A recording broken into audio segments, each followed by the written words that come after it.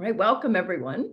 I'm Roseann Hanson. I'll introduce myself a little bit more in my program when I start the slideshow, but this is Around the World in 80 Animals session. Oh my gosh, are we on session 7, I think? And this is the Middle East and Western Asia. And it's going to be really interesting as usual. Loads of interesting critters. Remember, this is not scientific illustration. This is learning how to sketch quickly and confidently. And so we will be moving quickly, only about 15 minutes per animal. So you might get an initial sketch in and maybe a little bit of color, and then you can come back later and finish. That's what I do. So I'm going to start my video and you can let me know, or not video, sorry, my screen share. Thank you. All right.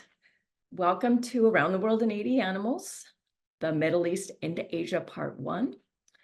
If you're new, I'm Roseann Hanson, and I run my own Exploring Overland and Field Arts Institute. I'm the author of Nature Journaling for a Wildlife, Master of Field Arts, and we just launched our new magazine for those who are endlessly curious, Exploration Quarterly. We're going to start. Oh, let me just remind everyone, if you have a question or concern, or you can't see something, or you want something, just say it verbally, please. Just turn on your mic. Just turn your mic on off afterwards, because I can't access the chat when I'm doing the sketching and I've got all these windows open. So we are at the top of the Arabian Sea, and this is a really, really rare animal that I just learned about.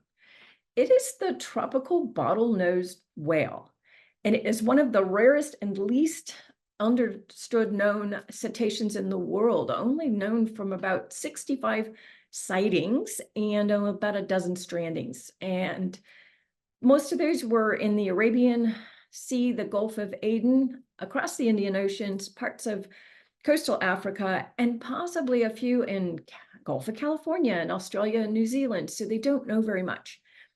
It's about 20 feet long, 6 meters, maybe a little bigger, and they travel in large pods and bigger than most other species of beaked whales, maybe up to 20 individuals. So let's get to doing a sketch of this beautiful whale.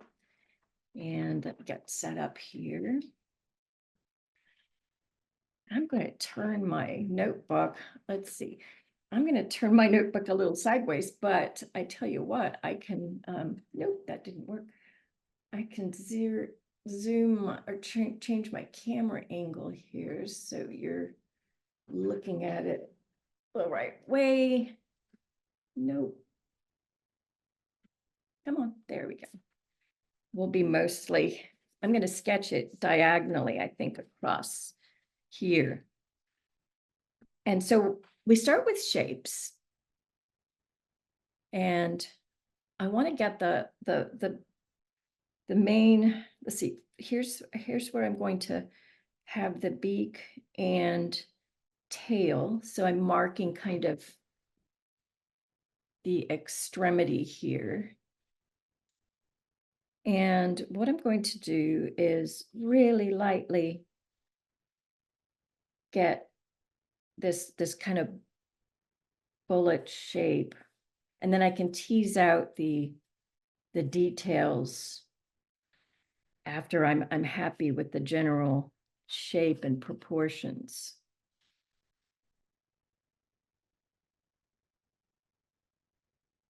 And then I might or might not come back with pen.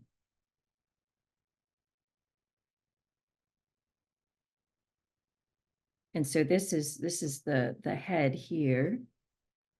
And then we've got to get a little bit more of the belly there.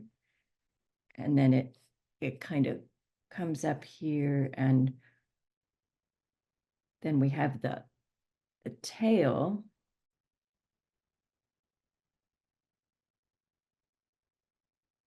Coming out like that.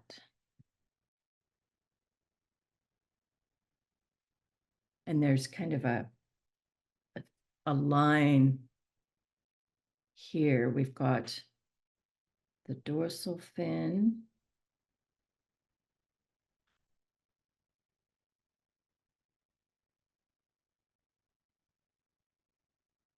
And then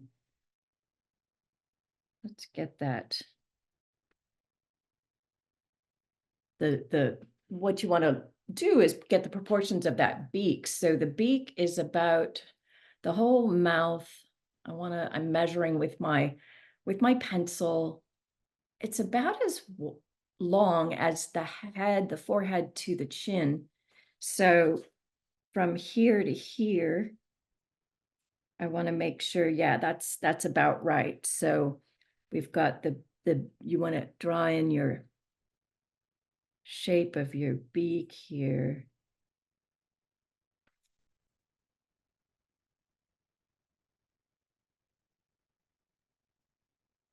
Okay to use an eraser.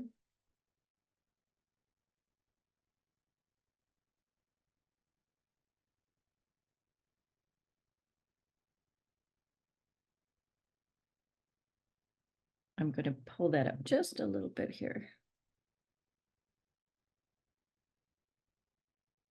Nope. See, I keep getting that a little bit wrong. You get those enough off and it just kind of blows. Just wrote over the same thing. Kind of blows the whole shape.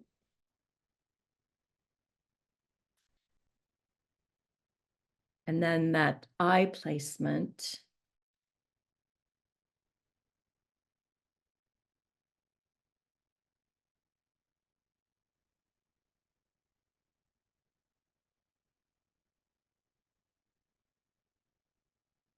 And we want to add our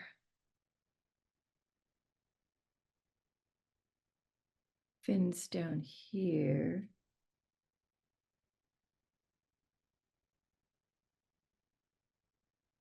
And just a little hint of one there.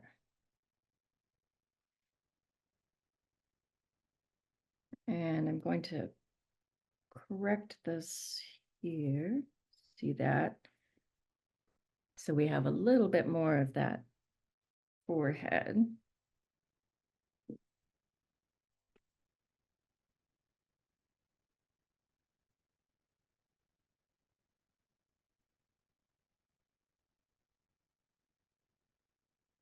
Okay. And I can start laying down, I'll lay down a gray, remembering to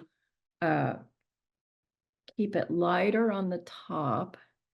And then we can shade some of these other parts of the body.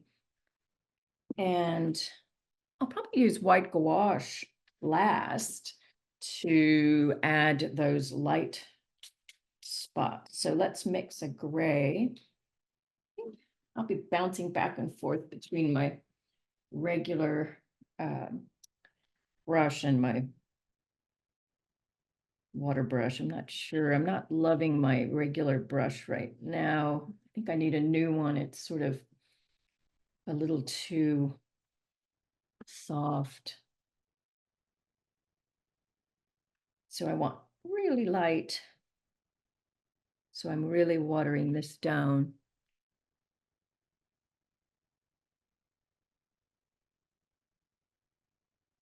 Just the initial wash.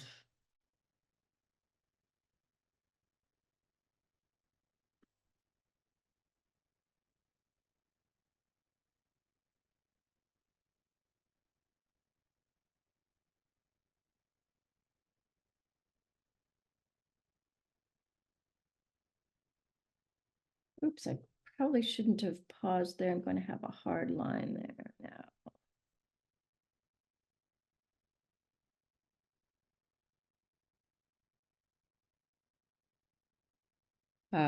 When I'm using the indanthrone, it doesn't pick up as readily as other blues. It tends to make the hard lines. So I have to be aware of that when I'm making grays from indanthrone. So I got it kind of a little bit too much but I think we can work with it. It's actually mimicking the this line here. See, I'm dropping in a little more pigment here. That's okay. And then I might add a little bit more blue, the dark Andanthrone blue. And while it's still damp, hit the bottom here.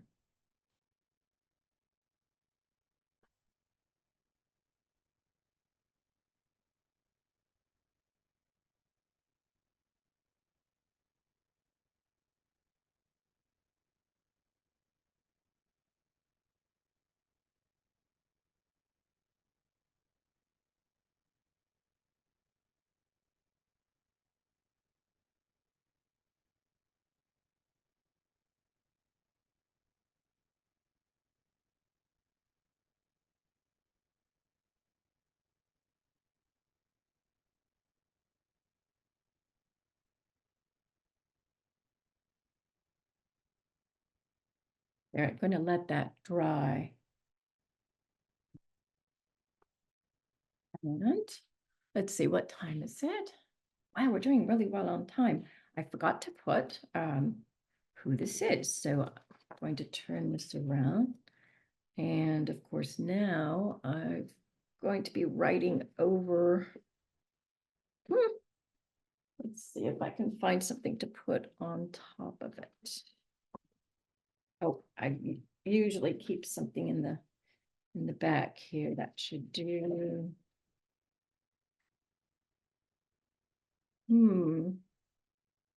It's all dirtied up. Don't want a paper towel. Well, now I'm afraid that's going to impart. So I'm just going to, this is our number 1.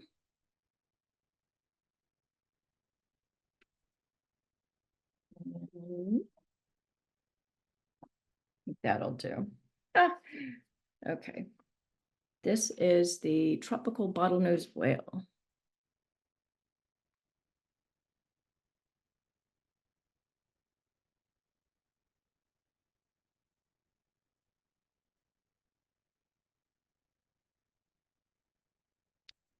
And we like to put, the length and genus and species, a little bit about it. This is Indo-Pacitus pacificus.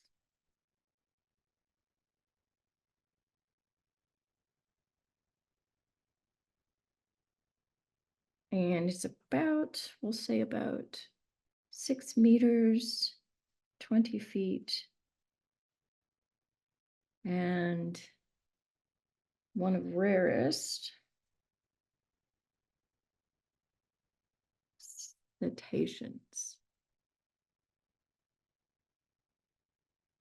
And it lives in groups, they think, of from 15 to 20.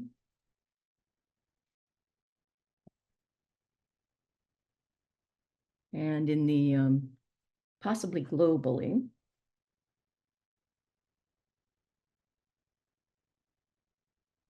but known from the Arabian Sea and Gulf of Aden, where there have been a number of sightings. Great. So we can move to our next critter now. I'm going to let that dry. I'll come back, add spots and a little more of the definition, get the mouth in. I probably will go in with the pen and do that. Let's see. Where we play. Great. Where are we going next? Well, we're going to stay in Saudi Arabia, the Arabian Peninsula. And this time, one of the most endangered birds is the endemic Asir magpie, found only in the Asir Highlands in Saudi Arabia. Used to be considered a subspecies of the Eurasian magpie, but it is a separate species. And it lives only in the African juniper forest above 7,000 feet. So it's threatened by habitat loss strictly and highly endangered. It has a longer bill and darker plumage than, and a darker iris than the Eurasian magpie. And they prefer walking and hopping sideways, but fly with fast wing beats and rarely glide. And we're going to listen to their call here, which is very harsh. Oop, didn't play. Oh, that's because I need to click it. Nice. All right. So let's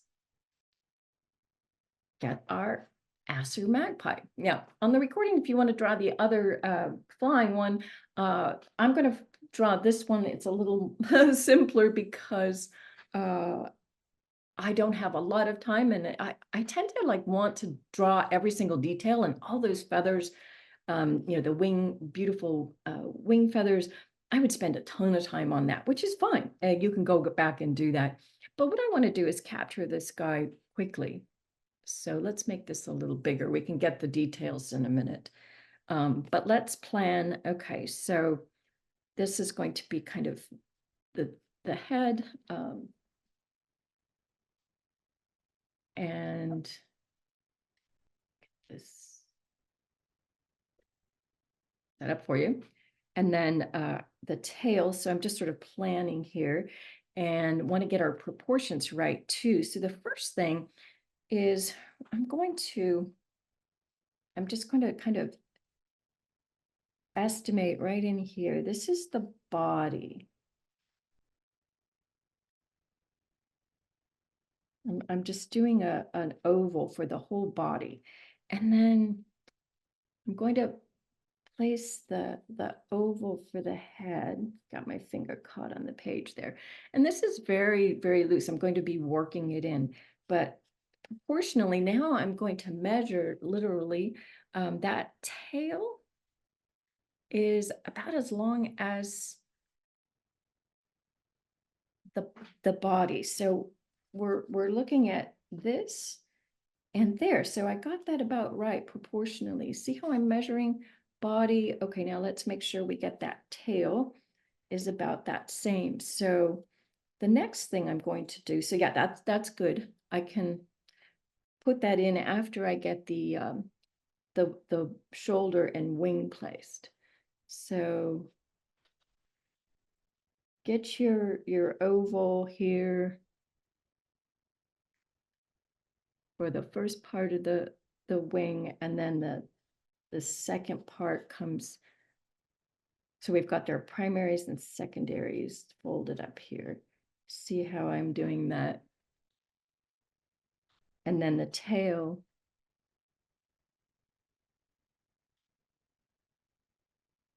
comes off that.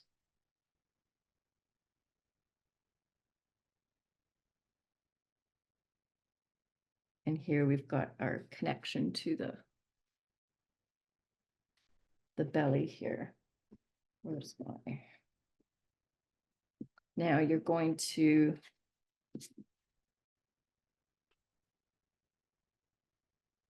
bring this up and get that chin. And over here, we're going to bring this shoulder up and get the head to the forehead. And then go ahead and place a triangle for the bill. We'll tease out the shape in a minute, but let's get the length right first. So I'm kind of measuring with my pencil tip here, that bill. I want it to be about as long as the width from there to there. So that's about right. And it curves down a bit. So I want to give it a substantial bill.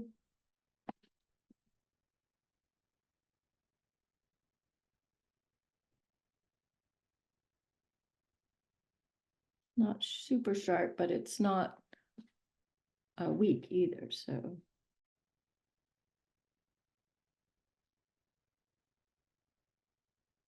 So we've got pretty good shapes here.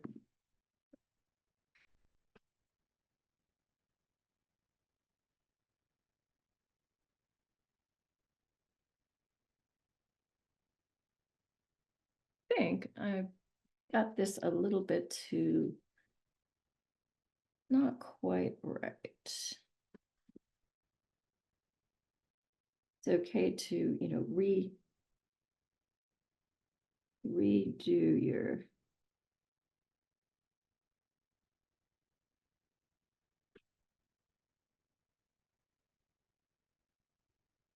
it's all about just teasing everything out. And then we want to get these markings in here.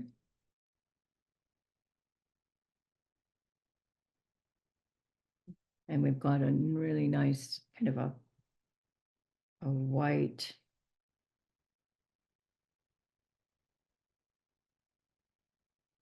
bar going there. Where's the eye? Oh, I I know think that's a really poor photo. There aren't very many photos of this bird, but you're going to, I see it. yeah, you're going to place the eye. Let's get Yeah, that. right Yeah, barely. there. It's going to be right in here. That's a hard one. Just couldn't find any good photos of this guy. They are pretty Understood. darn rare.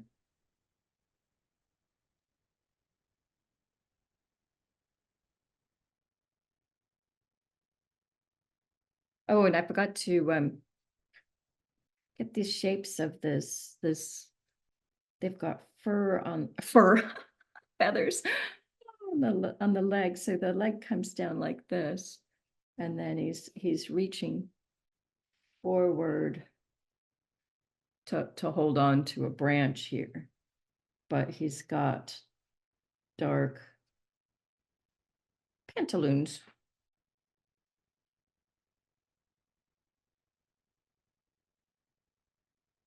And he's in a juniper tree, so we'll show some foliage here. Just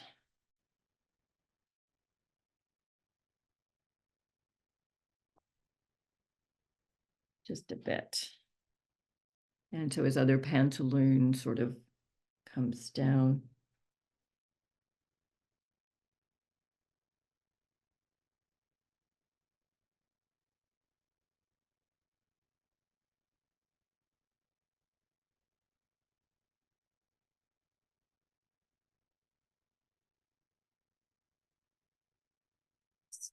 Got that over.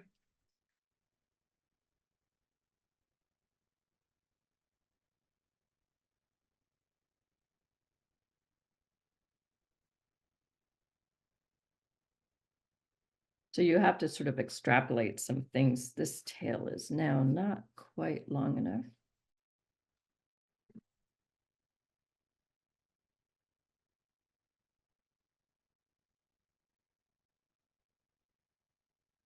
And I want a much straighter line. There we go.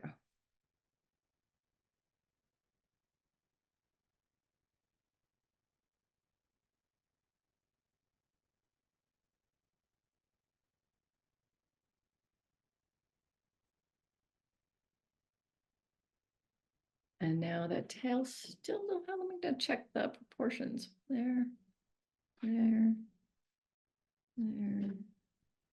Yeah.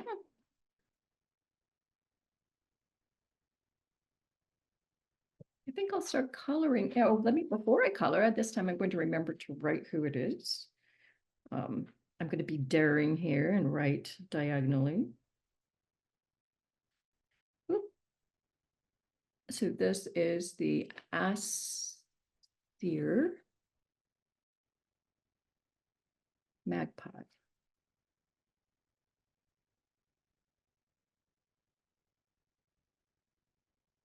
And this is Pica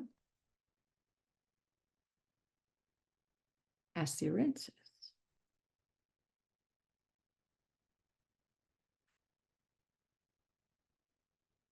Highly endangered.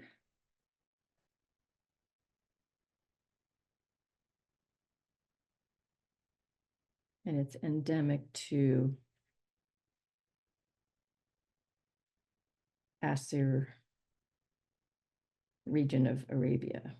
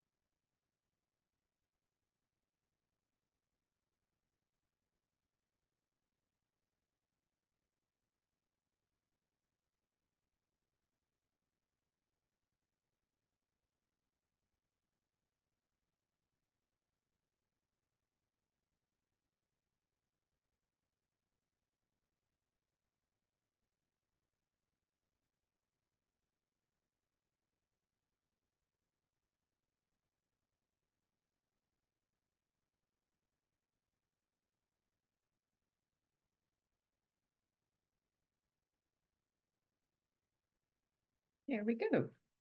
And I can get some darks started.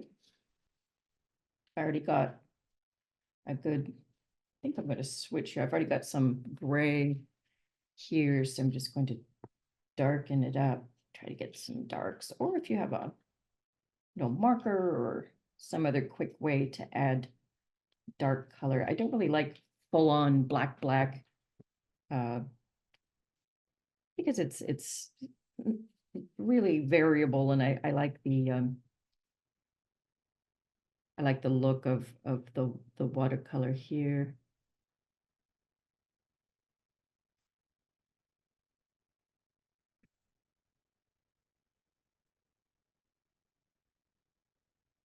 And I can always pull off color if I want it to be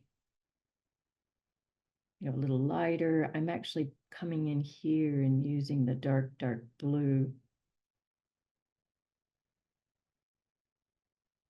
to help give it that sheen.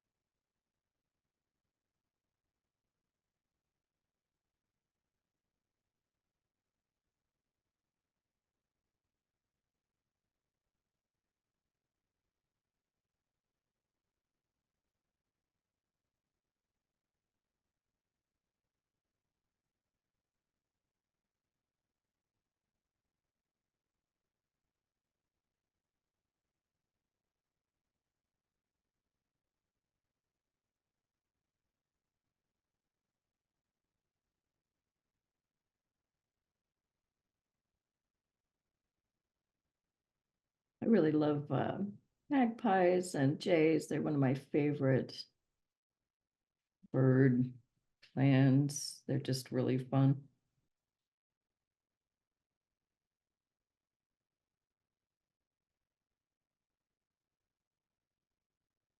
We had our border collie really took a dislike to jays, and I think it was the harsh noise. Either that or he had a bad experience once with one I didn't know about. And I'm going to put a little lighter on the bill.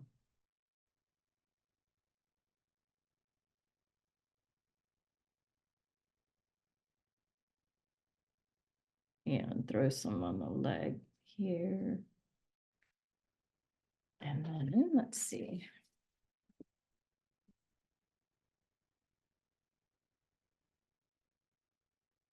A little quick.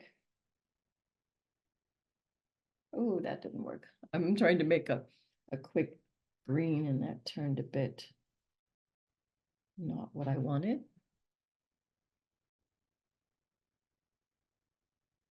Pretty pale. Just to show this is foliage.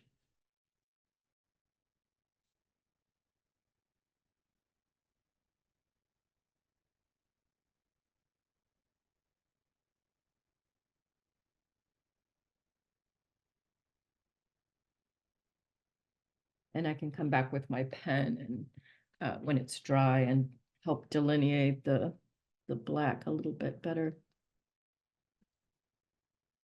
But that's not bad.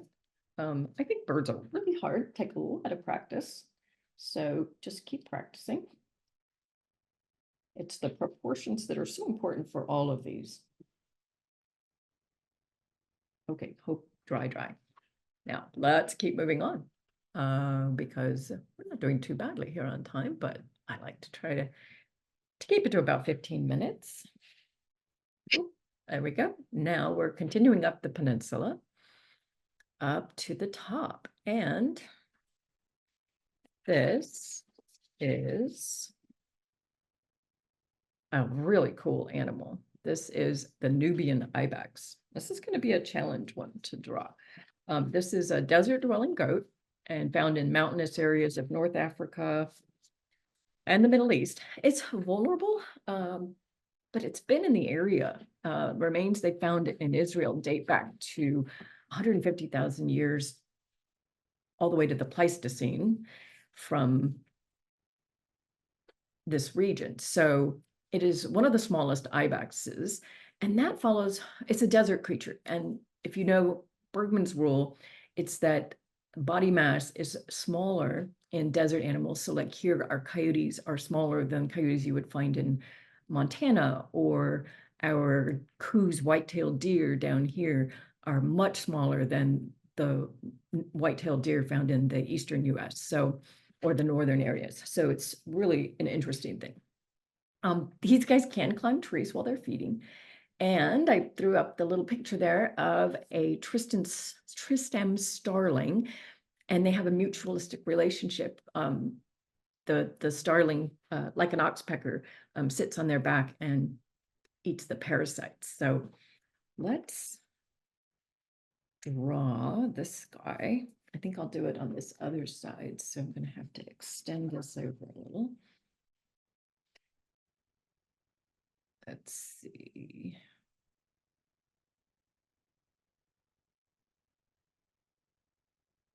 Now, this one's a challenge, the proportions, making sure we get this on the right. So I'm gonna on the right proportions and get those the correct size of those enormous horns. Oh, and if you'll notice, they are sexually dimorphic. So go back, the females look really different. They have the dishier head, but much smaller horns, and they're paler. Okay, so let's get this Nubian ibex in here. All right, so what we're going to do, this one's going to be a tough one. We want to more or less, let's start by marking kind of where we want this horns.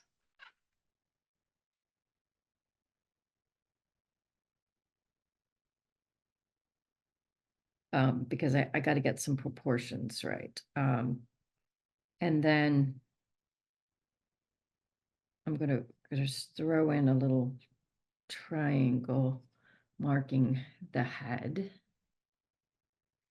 And I'm just playing with this now because I'm wanting to get this, come on, there we go, focus, proportions. So this, I'm drawing the triangle of the neck and the kind of circle that shoulder muscle is. I know it's wanting to focus on it. I'm not drawing strongly enough. So there we go. And then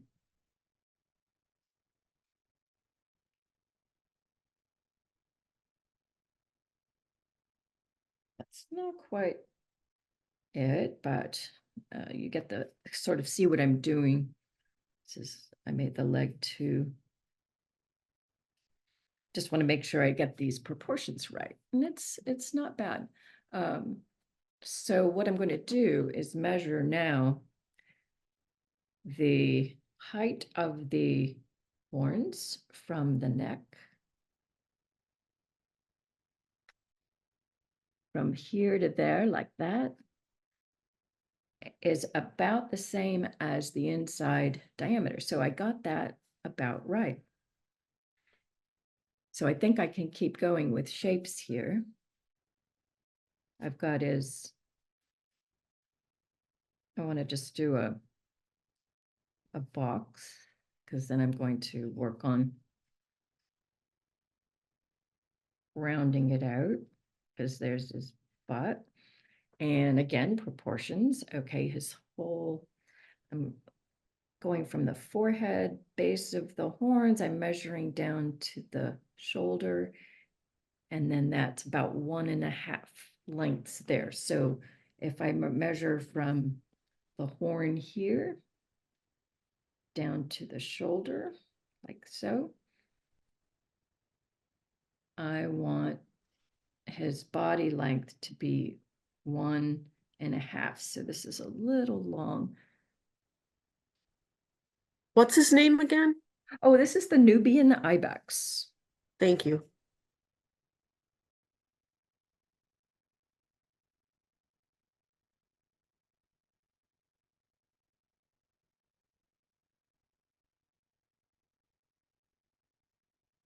So now I'm feeling out here, coming up, neck. Surprised his neck isn't like even bigger because of those horns. So interesting. So there's a horn base, forehead, nose coming out.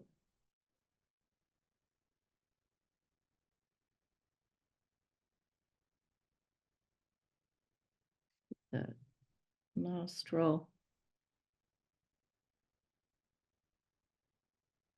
Got the his lips, chin, got his Billy Goat thing going. Come on, focus. Phone. There we go. Not sure why it's being so recalcitrant today.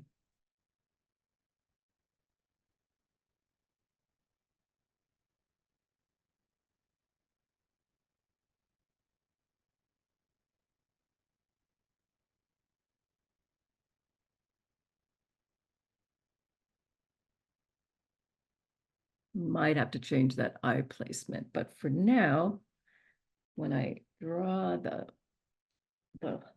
horn, I want to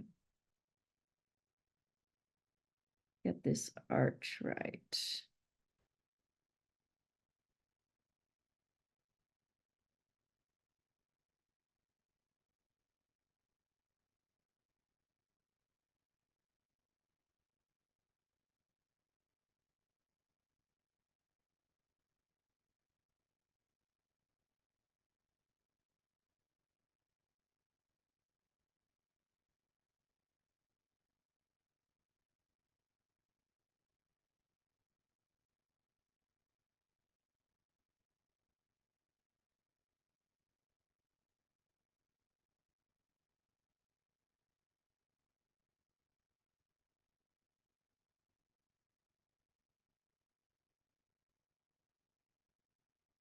And I haven't done the nubbies yet because I want to make sure I've got everything else the way I like it before I add them, in case I need to adjust. And then the second one goes a little forward. Can't quite see the boss.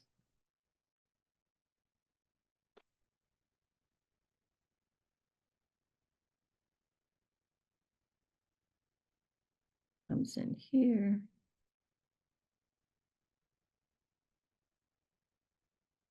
Like so. And I think those proportions worked. I think his head is a little short. I'm gonna check those proportions. Head from the base of the horns to the nose should be about the same as down here. So yeah, that's why he looks a little funny. I need to elongate his nose a little bit. You see that? It's important to check the proportions. So forehead comes down, nose. He's kind of got a Roman nose.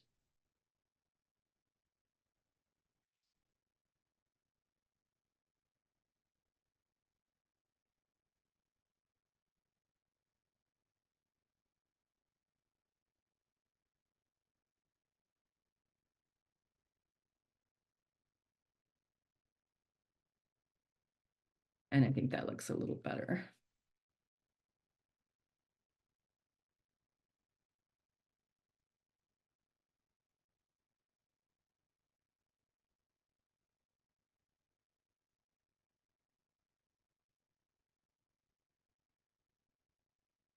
And then we just want to tease out, okay, his legs are going to be really complicated, so I'm going to get that done as quickly as I can, but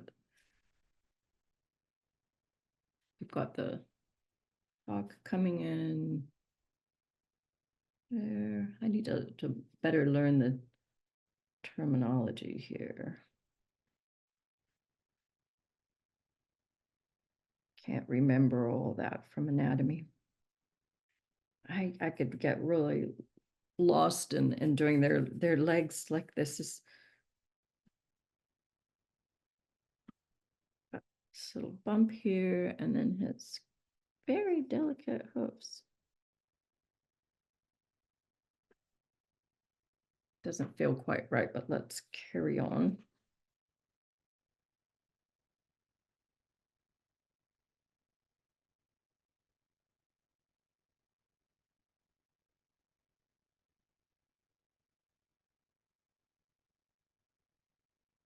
I think I always struggle with their feet. And I think it just takes years of practice.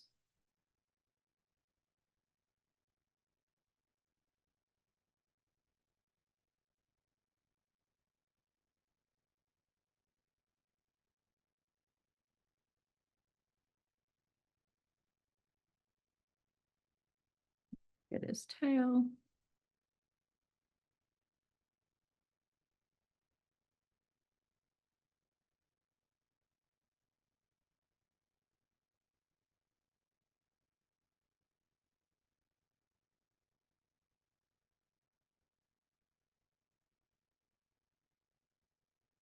Gonna do circles for the knee, if you call it that. And triangle and triangle. Did I get that right? We'll check the proportions in a minute.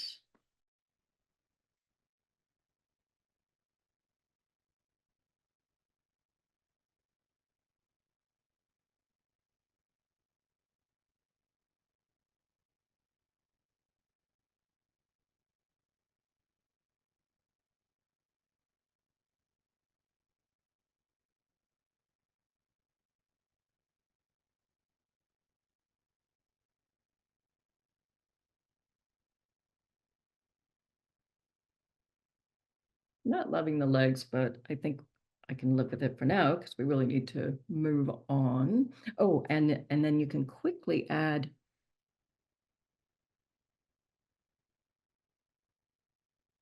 you won't be able, I mean, we don't have time to draw all the individual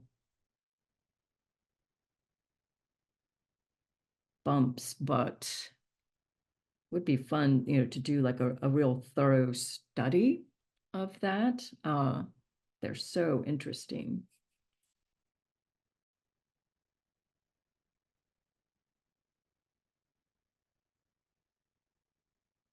See how I'm just sort of suggesting rather than doing a perfect.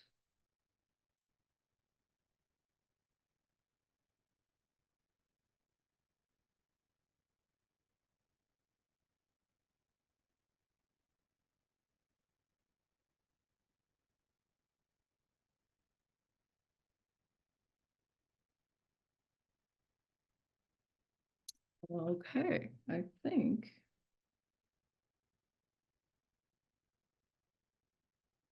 We'll start laying in some color, and then it'll be time to move along because we're only on our third. Yep. I think what I'll do, clear the palette. I'm going to do a wash of kind of some burnt sienna, cinnamony, and let that dry so we can come back and do details.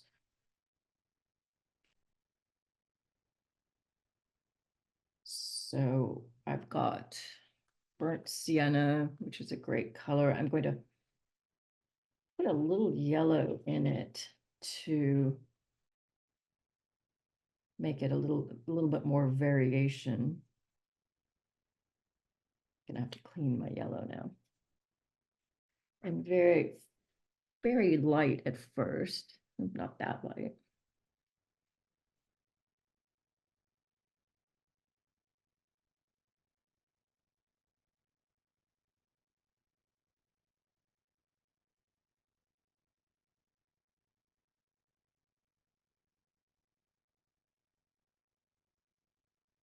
Let's see how, by adding the yellow, I can approximate a little bit more of the variation in his palette.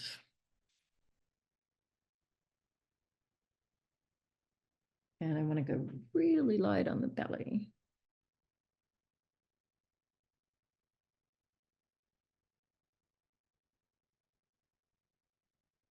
And it looks like at the knees, it sort of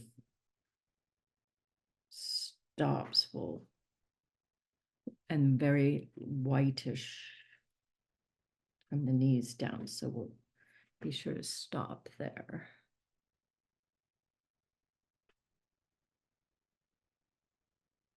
All right, I'm going to let that dry because we'll come back with really, really dark brown.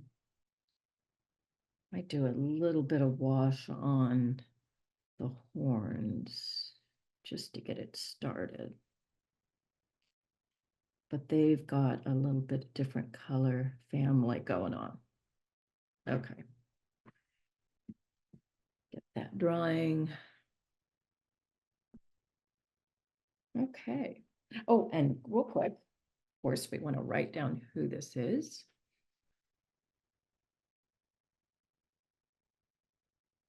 This is number 3. The Nubian ibex.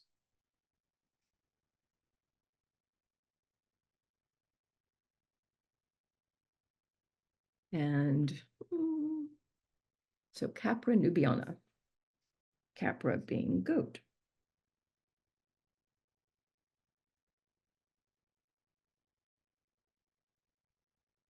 And they're vulnerable. There's only about 4,500 total remaining. Oh, I forgot to draw ground. He's sort of floating, isn't he?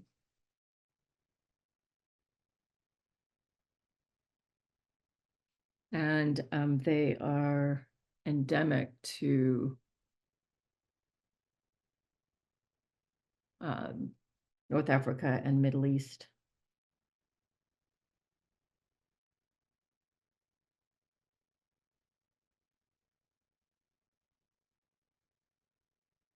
Smallest ibex. Oh, and they're yeah, they're about 30 inches tall at the shoulder and about 70, let's see, 165 pounds for the males. That's pretty small. Oh, he's cute. Okay. Let's keep moving around the world. Next is my favorite animal we've ever done. You guys get ready for this. This is the golden hamster. And yes, this is the hamster from which all pet trade hamsters were bred. They are found in northern Syria, southern Turkey. Very popular in the pet trade, of course, but they are endangered in the wild. Oh, I'm just looking at him. I'm just dying. He's so cute. They're bigger than you think in the wild. So 3 to 5 ounces, 7 inches long total. They only live a couple of years and their cheek pouches expand. Hence their Assyrian regional Arabic name translates to Mr. Saddlebags. And they were first collected in 1930. And then the pet were for lab animals. And then they were brought into this one started a hamstery back in England, and then they were, the rest is history, right? How many people had hamsters as kids? So I'm going to actually draw him over here, right in here.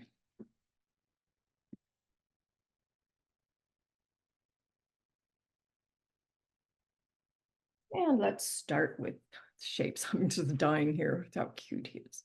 Oh my God. Okay, that's a good one. So we're going to start with, okay, I think I'm going to go, this is going to be about the top of the head here and the feet here. So what I want to do is, let's get this kind of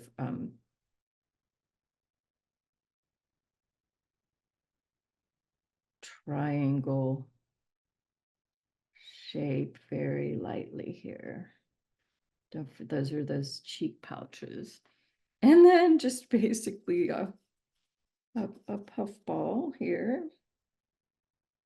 I get my shape. So I don't have those proportions right, and that's why we check. So I'm looking at the width of the head versus, okay, from the top of the head to the mouth is only about 3/4 the width. There, that's right. But I got the body too big here. So this little head needs to be bigger, or the body smaller here.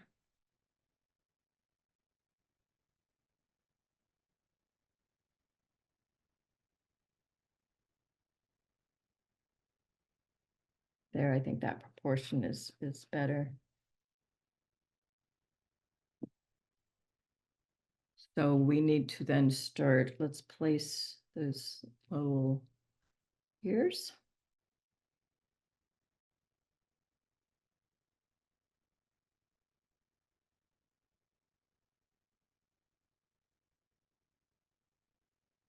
And most importantly,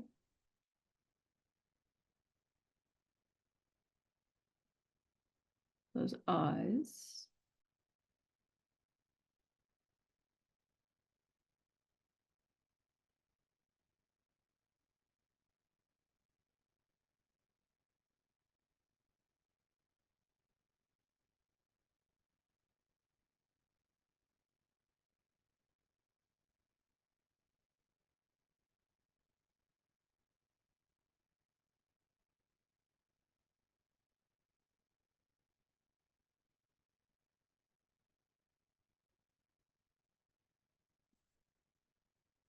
And the eyes, I always take a goodly amount of time to get it right.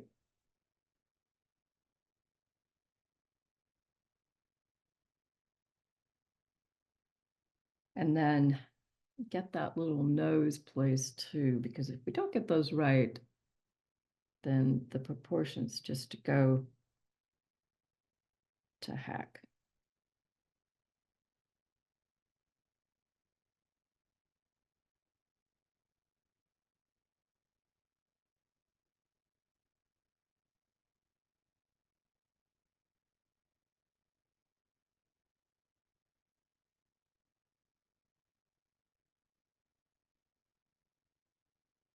Now, I think it's important to, I'm gonna use scribe with a pen here, being very, very light and cautious, because we want fluff. So I'm not even doing lines. I'm just barely even making little marks here.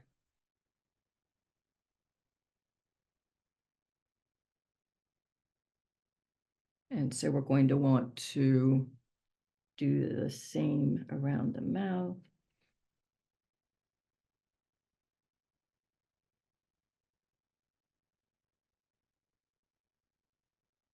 Get that nose in.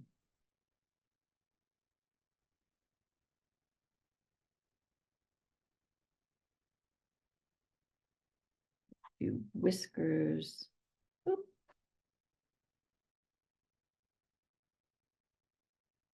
And then I think this is the important part here. Is just notice how he's got like little shelf of fluffs. That's his little arm coming in.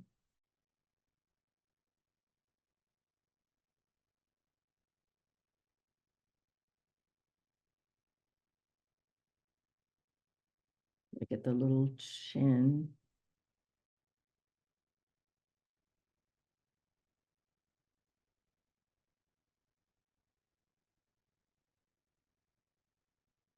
Get the little hands.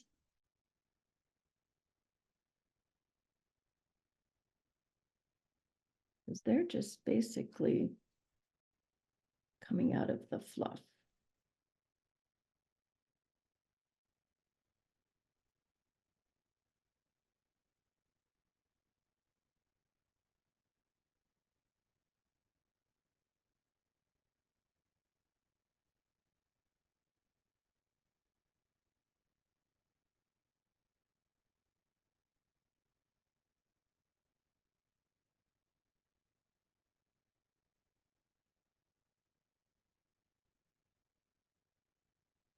And pulling it up.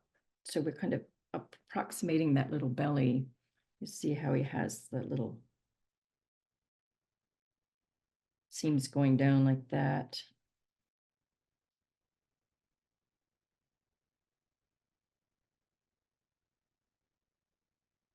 They have a little bit too much pen work in there, but we'll come in with some gray and gray it out a bit. So that will emphasize the white more.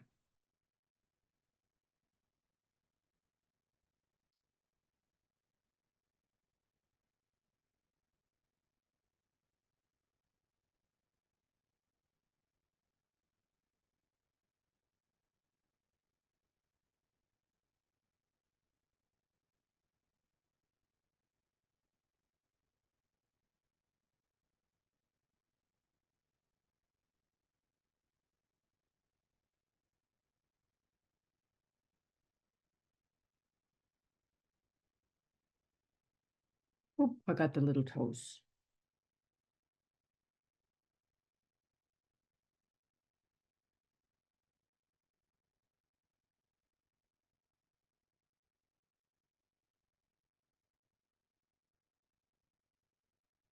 And let's some color in here. Oh, we've already got our lovely cinnamon, which works. Keeping it pretty moist so that I can control it a little better. He's kind of got a little white dot on his nose. I think I'll try to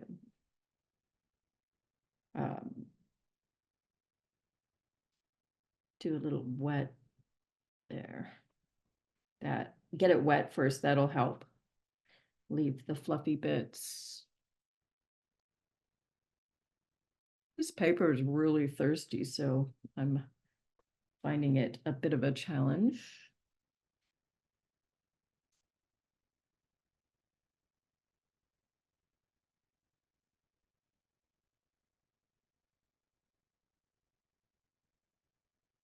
Get the pink.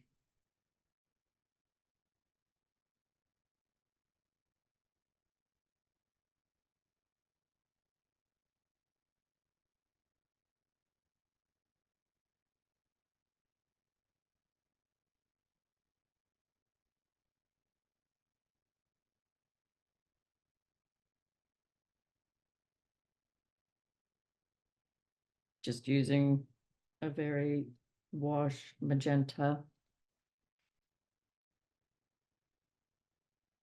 And then we want to put some, make a nice pale gray.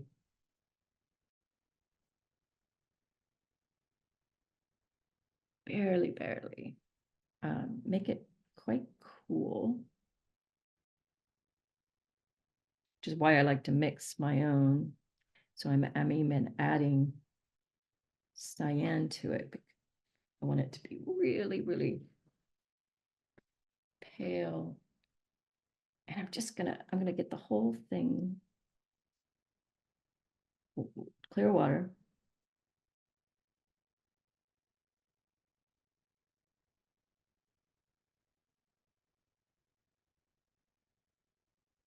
So we'll start under the chin.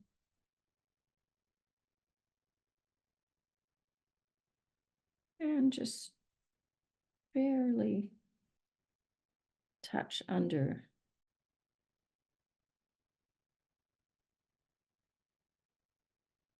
To help pop that white. See under our these little zigzags we did?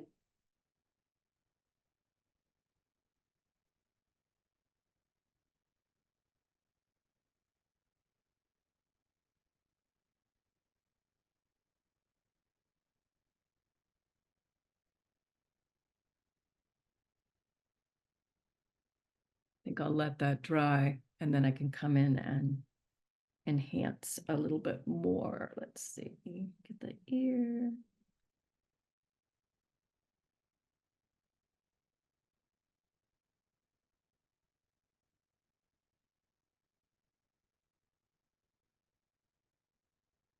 Yeah, I think that works. And let's put our details in. This is number 4. This is the golden or Syrian hamster.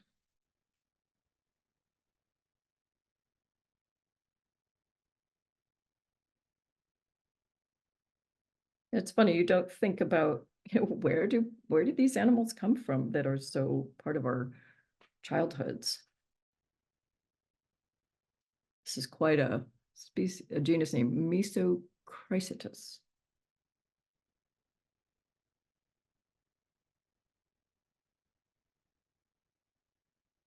Auratus, that's got gold in it. So from northern Syria and southern Turkey.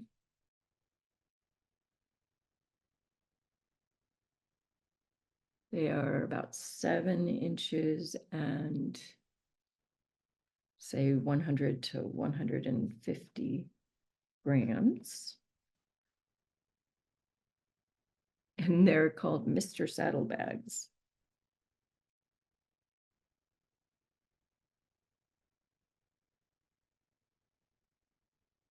for the cheek pouches. And all pets, pet hamsters, descended from the female captured in 1930. Interesting, isn't it? So one of the ways we could also enhance, I'll just show you real quick, is to put a background. I'll come back and emphasize the white by giving a background behind it like so.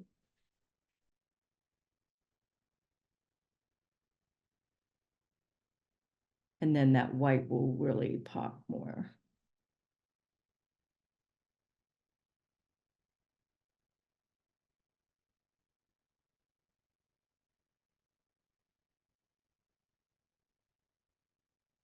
You have your white fluffy guy. I probably put too much pen work in there. Should have been a little bit more cautious on that. So, okay, moving on. Where are we going now? Okay, we're going to keep going. This time we're going to go a little bit farther east, and we are going to look at this incredible mantis. It's just crazy. These are flower mantises. So there's a lot of them. There are about 20 species of Creobroter. And in their first three, they're called the molting of the cuticle. The cycle is called ecdysis. And throughout the first three, they do this incredible mimicry. This one is mimicking flowers. A lot of them mimic flowers so they can hide and hunt. But some mimic ants, really interesting. And the eye spots, it's called dymatic display. So they flare up those so they end up looking like, something much larger. And that'll scare away predators, supposedly. I think interesting. So let's get to sketching this beautiful flower mantis. Now, this is daunting, not easy.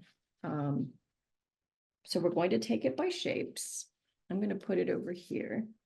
What you want to do, let's have make sure you put your ground down. And then I'm going to cheat a little bit. I'm going to build it around this wing. So get the wing shape.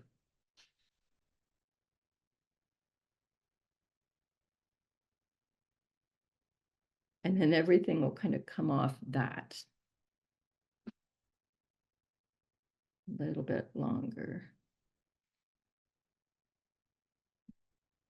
All right, so from here, I'm going to start the body shape, which is kind of a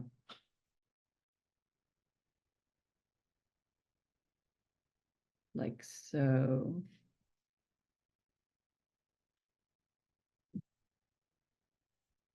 And let's check the proportions before we finish with that. So I'm literally going to say, okay, so that wing, I'm measuring it. The wing is the same length as from the top of the wing to the body. So if I have the wing here, measure, then that should be about right. That's about the same. So now we can start in adding the next wing.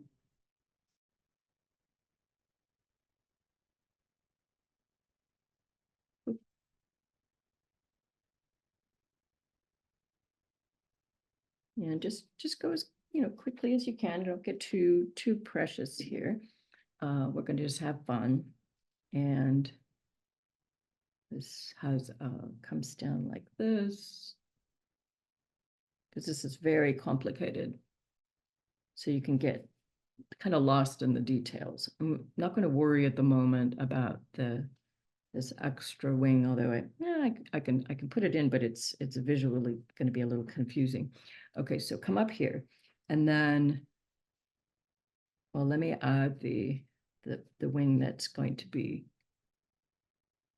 kind of back there. You can barely see it. Well, now that just looks like a blob, but it'll come into shape.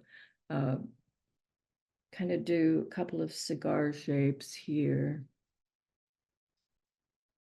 And then put a triangle at the end.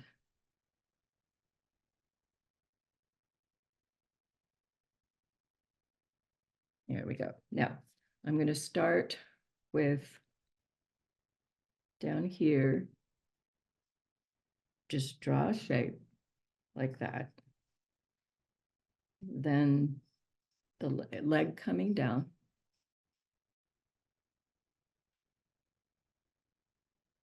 I need to up my horizon there. Okay, so just go with shapes. And then there's another shape.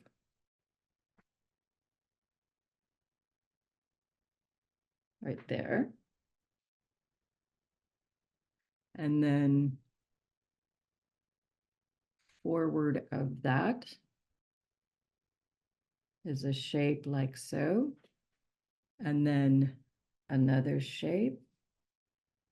Didn't quite get that up like so. And then down.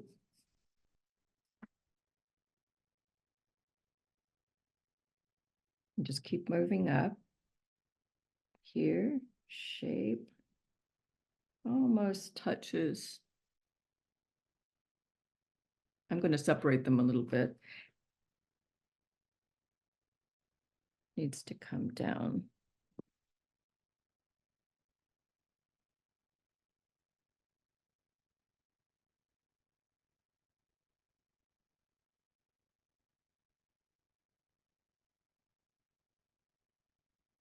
Just, we can refine these as we go. Shape, sickle shape, claw, and then just kind of shadow the other one here.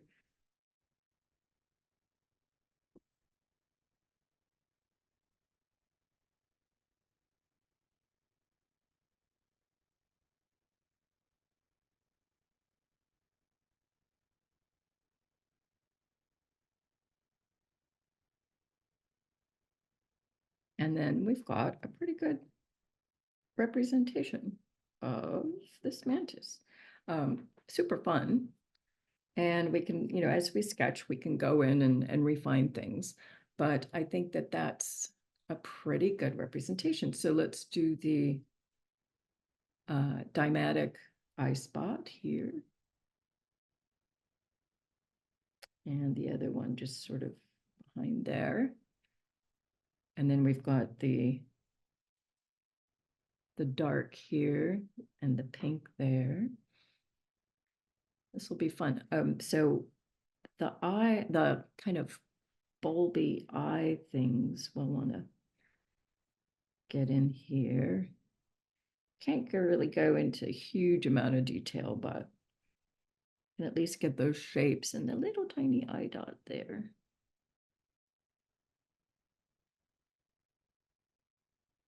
So let's throw in some color.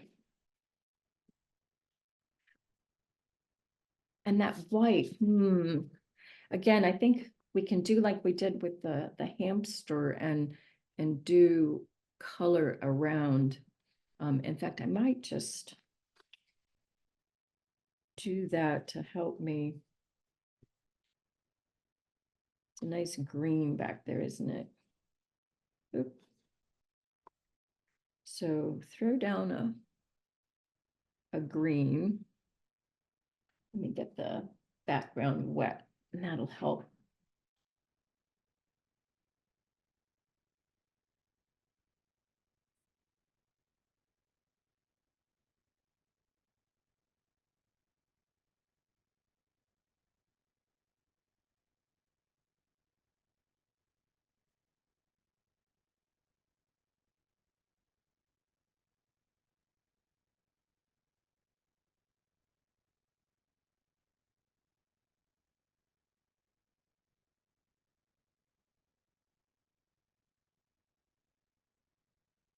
Okay.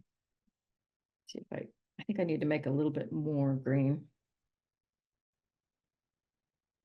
All right.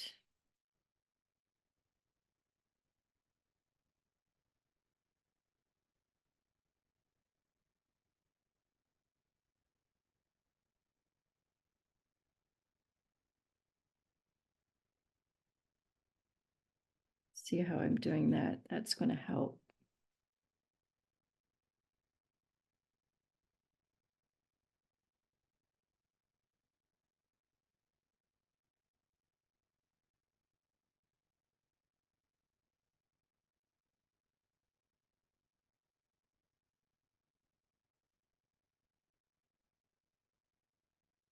Okay, it's a pretty color, isn't it? And the green will also help met that pink pop too.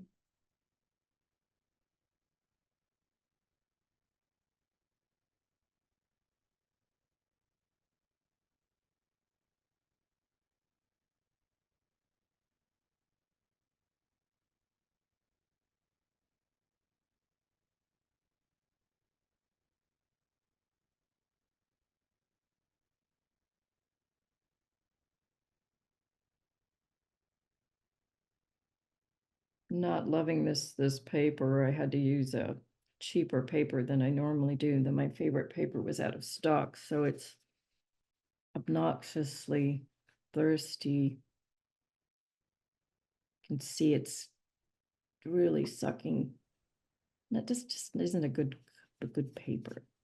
What's your favorite paper, Roseann? I really like the it's BEE paper.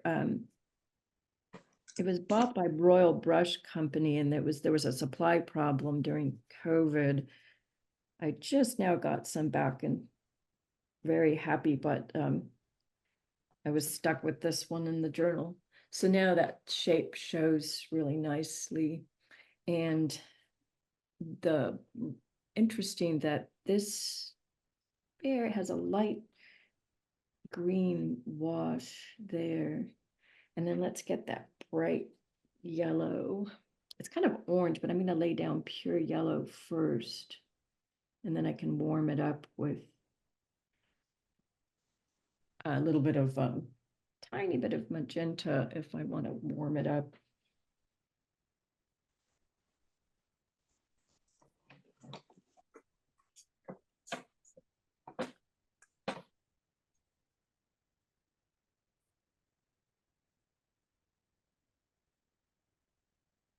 Like so. And now let's hit that pink. So to give it, make sure it's nice and damp so it spreads. If everybody can make sure you're muted, please.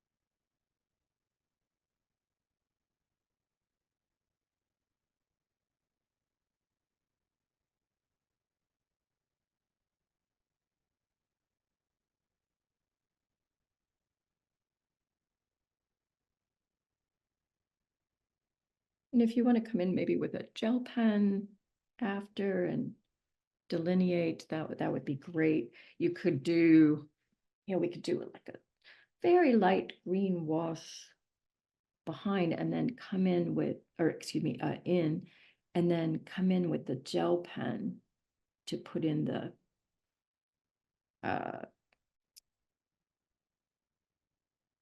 little lines. That would work too.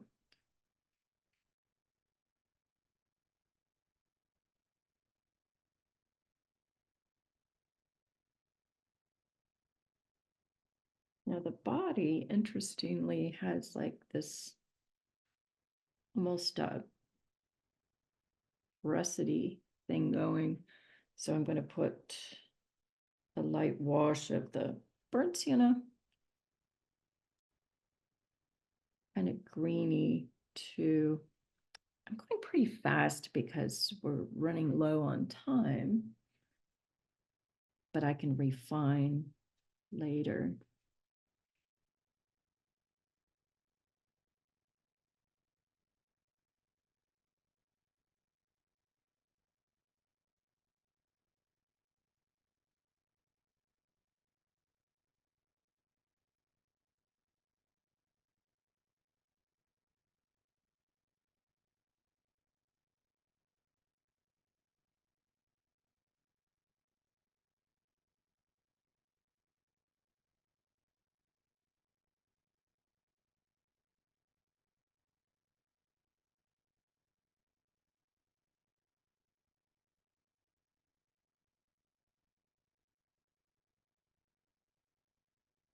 Probably hit those with a gel pen when I come back. But yeah, I think this is good.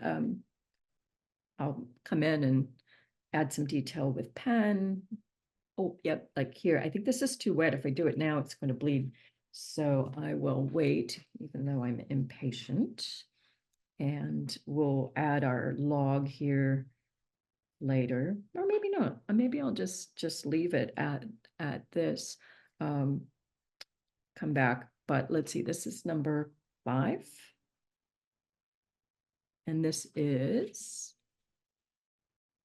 the flower mantis.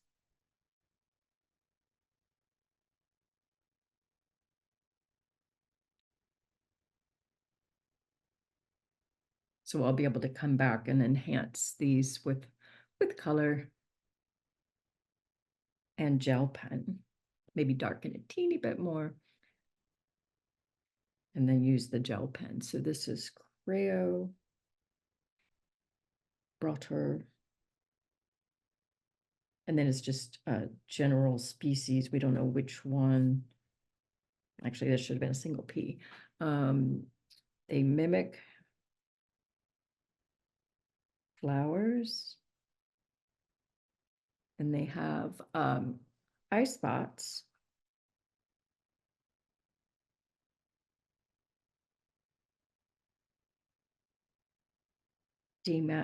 Diametic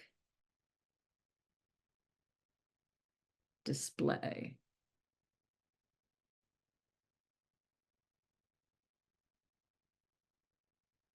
So they mimic the flowers for the first 3, and this is a great word, ecdysis. And that's the molting. Nice.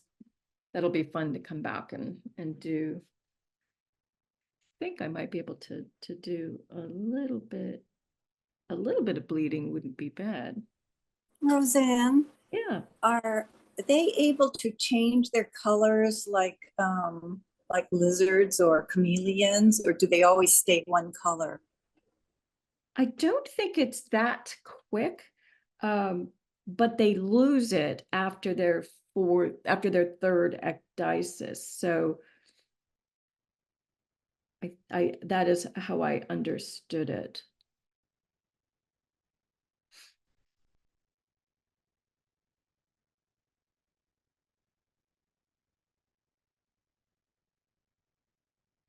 All right, I'm going to wait and come back. And the gel pen won't work right now because it's too damp. So we're going to keep moving on. But I just love that. So pretty. All right, we are now moving north. Let me take a sip of water. Ah, yes, beautiful. This is a lovely, lovely black-headed ground snake. Ground snakes are in the colubrid family, and they are endemic to Western Asia and Eastern Mediterranean, this black-headed ground snake. Colubrids are all over the, I think Northern Hemisphere. I'd have to check to see, yeah, they're in the Southern Hemisphere too. They're small, about 14 to 16 inches. They are very harmless in terms of they don't have venom. They live almost entirely underground and depend on soil moisture to survive. They are not a desert species. They have their center scale on their nose, the rostral shield, is hardened because they dig extensively and they feed on. It's thought they feed on larvae and eggs of ants. They're not very well known. So I'm going to sketch this. Let's see here. Sorry, make you guys seasick.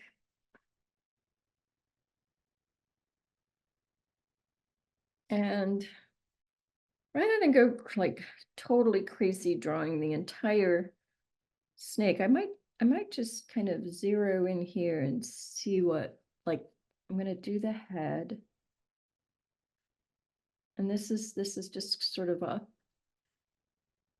technique you might want to use when you don't have a lot of time in the field, or you don't have time to do the whole thing. So let's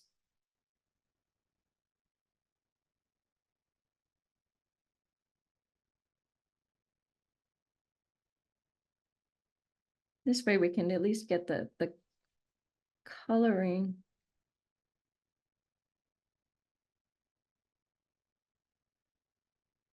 So it's going to go off that way.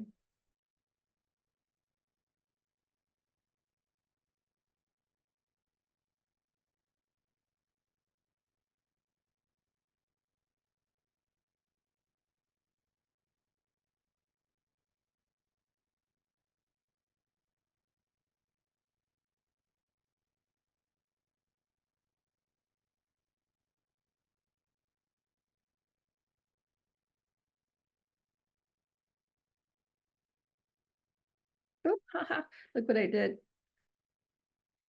That's hilarious. So I brought the wrong line in. Snakes are funny that way to draw. I wasn't paying attention. So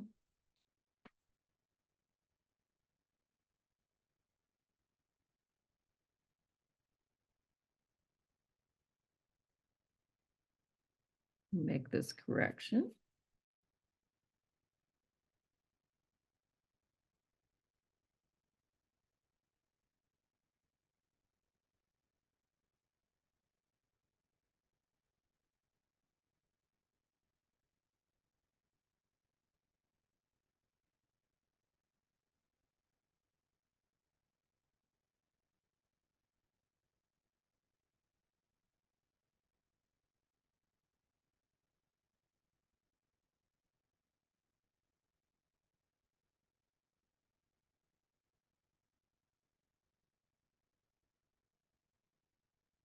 And if we want to show the tail, we could bring back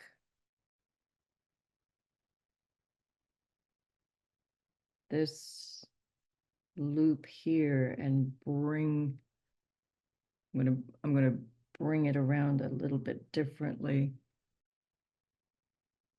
just so we can fit it in. And that shows, that it doesn't have a rattle.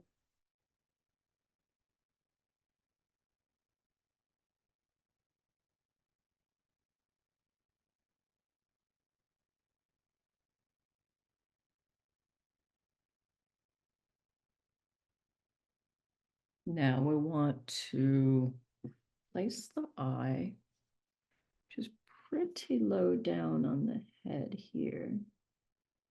And then show this, the dark.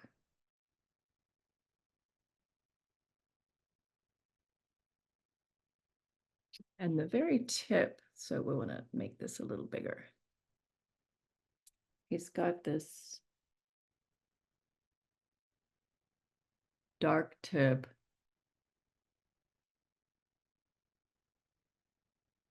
And then this pretty marking here, kind of a crescent.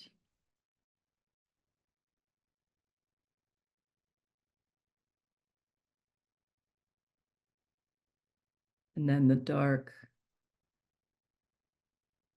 saddle.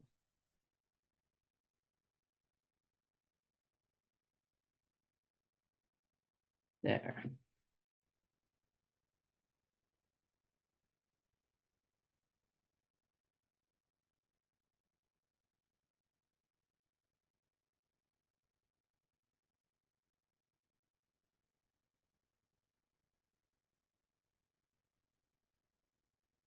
Of course, it's always tempting with snakes to draw every single scale, but we're not going to be able to.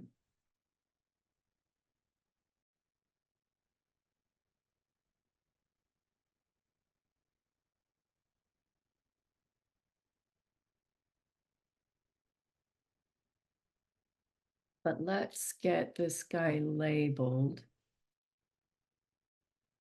This is our 6th.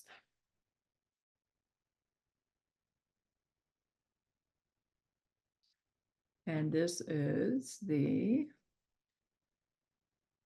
black-headed, whoa, come on. Ground snake, mouthful.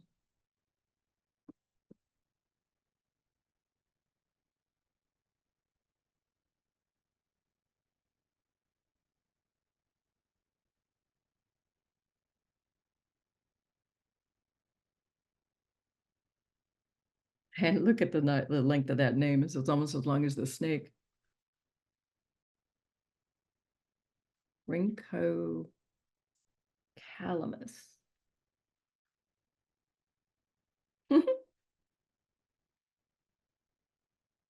Melanocephalus. Black-headed.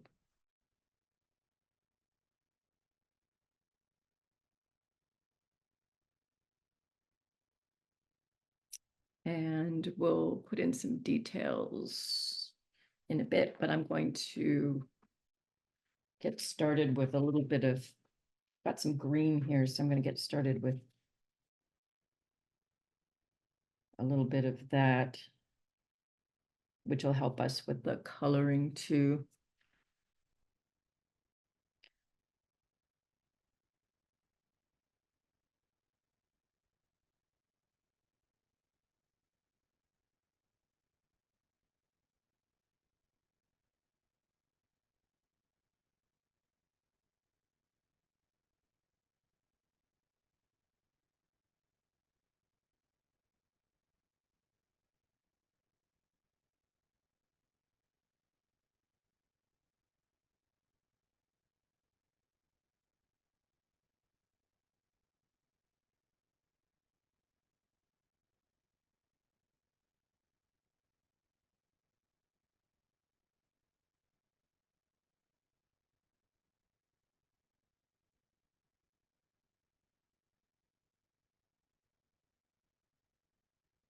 And this will help us kind of delineate snake parts from grass parts.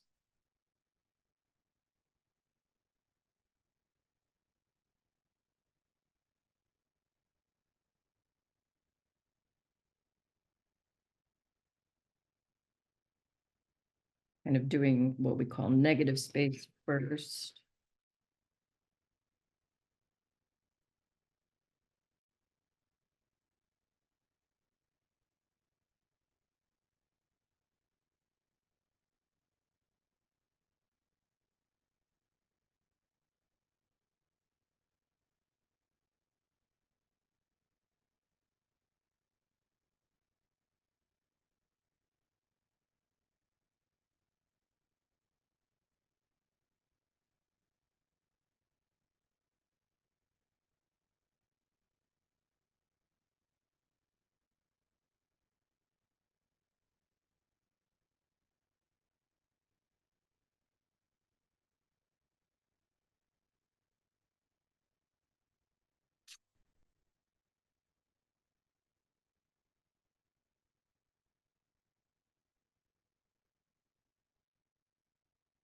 And that just, I feel like it really helps visually as we're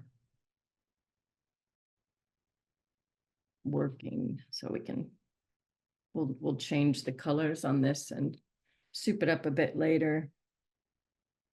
You can re-wet it and drop in, you know, variation so it looks more like grassy beds. Okay, and lastly, get this.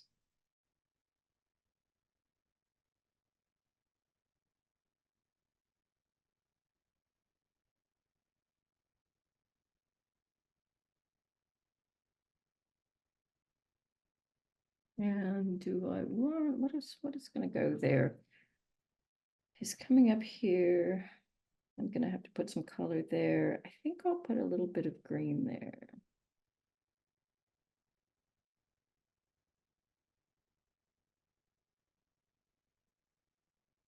Now, this beautiful color. I think I dropped my, there it is, my wiping cloth here. I want to reserve that white. I don't want super hard lines.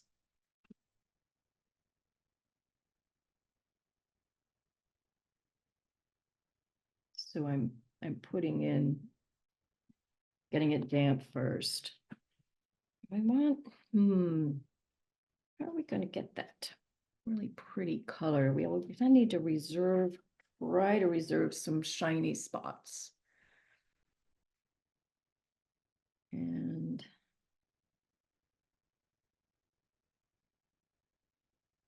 you know, you could mix an orange, but I'm not sure it's like super fluorescent-y orange.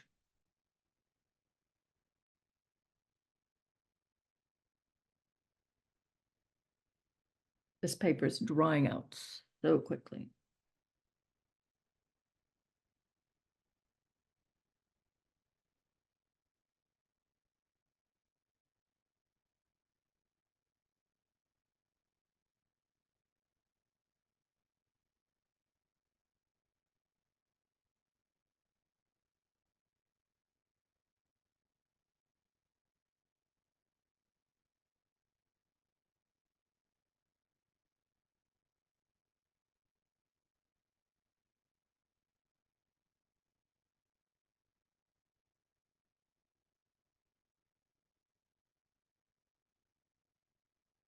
I think I gave up on trying to reserve the white doing this. I can come back with gouache.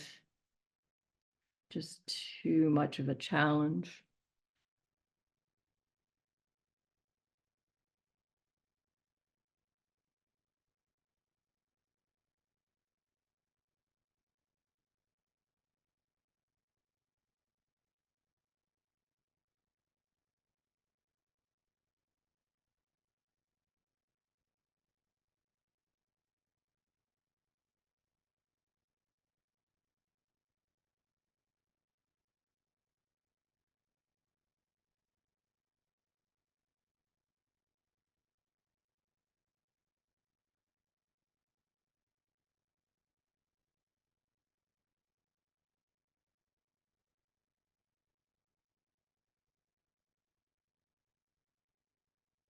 And the rest is kind of whitish, so I'm gonna leave that. I might orange it up a bit. Is that a verb? I just made up a verb.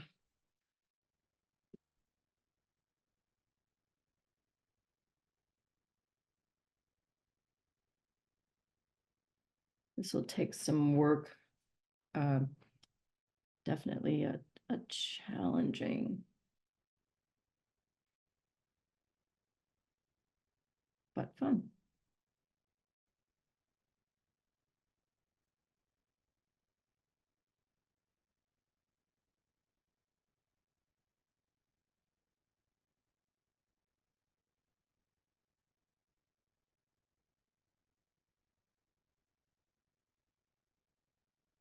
Oh, I should have kept working there so I don't get a harsh line.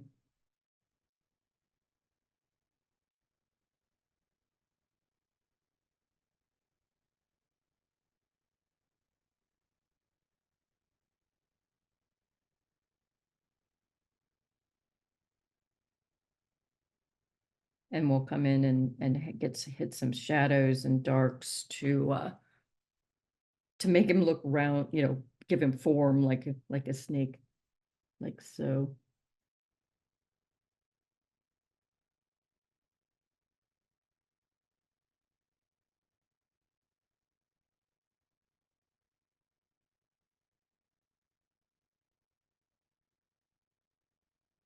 I will let that sit for now. I'm going to come back and I'll be pulling the graphite out of here so I can get a nice shiny black with my pen.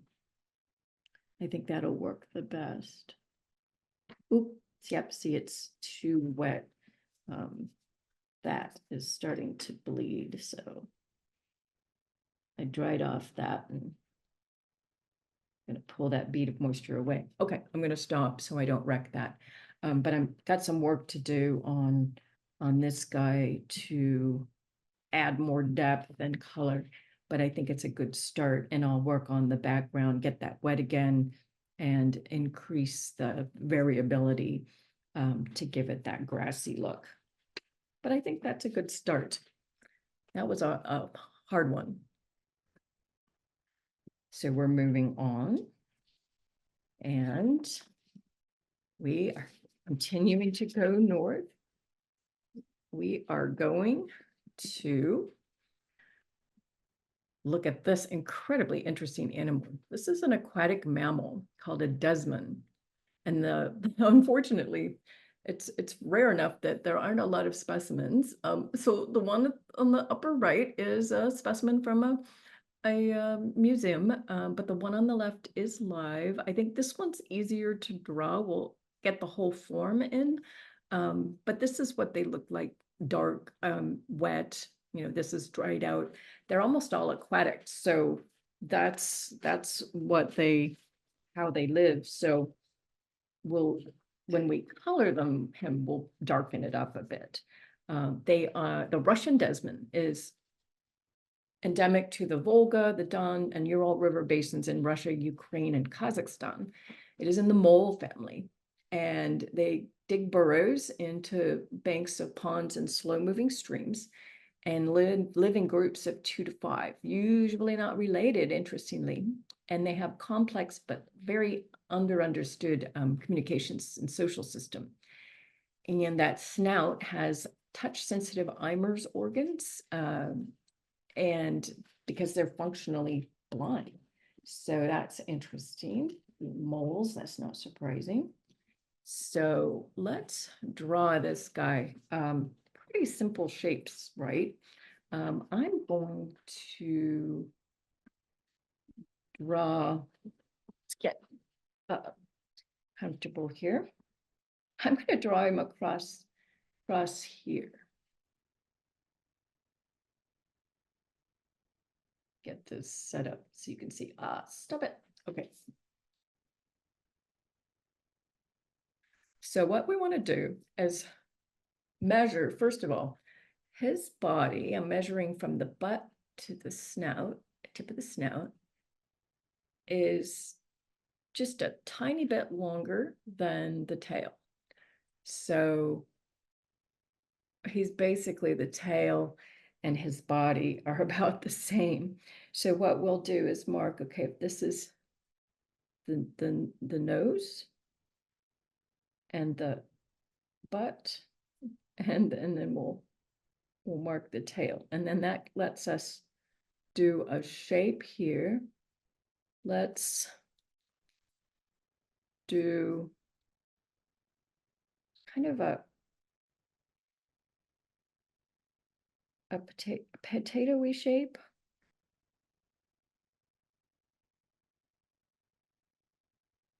That then has a triangle on the end. We can refine it, remember?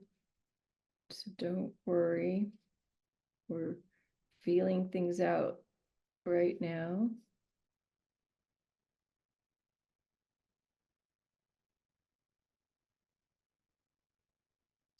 This kind of his head, and then this is the snout going out. And he's got his little mouth there. And then his, just do a triangle for now. For that leg and foot. And again, another triangle as we get the proportions and shape in. And then feel out that tail.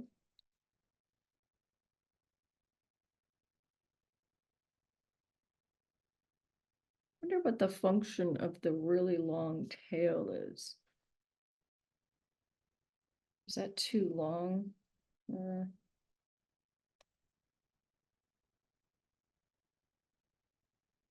I think that's about right.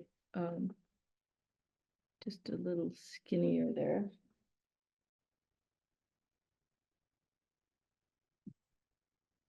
And there's this tail has lines like this.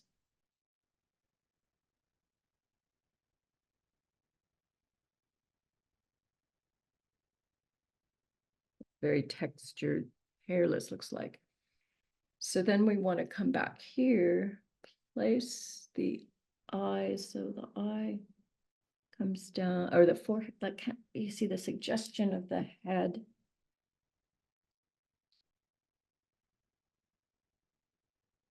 Kind of a bump there where the nose snout goes out. That's right over the, just kind of a vestigial eye, right? He doesn't do anything. And I think there are like whiskers all over the end. Now back to the feet here.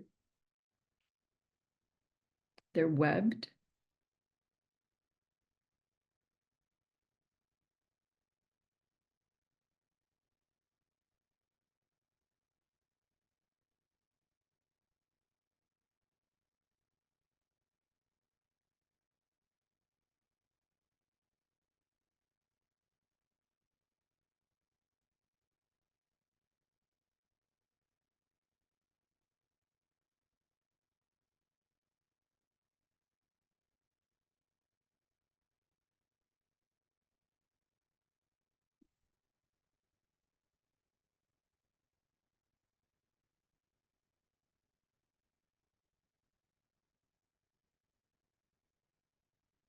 Okay, and then we're interesting. You can see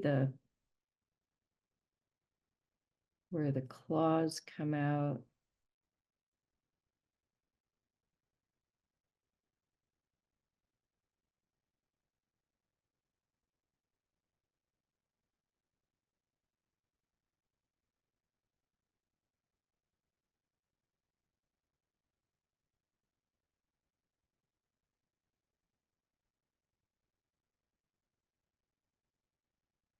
And then we just wanted to suggest a little bit of the fur.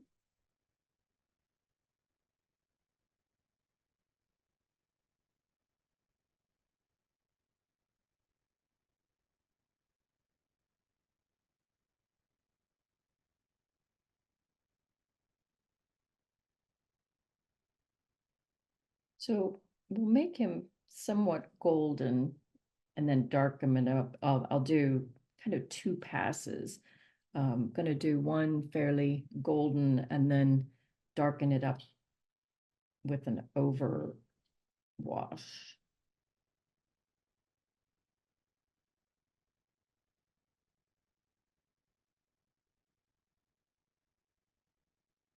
Not a lot of photos of these guys.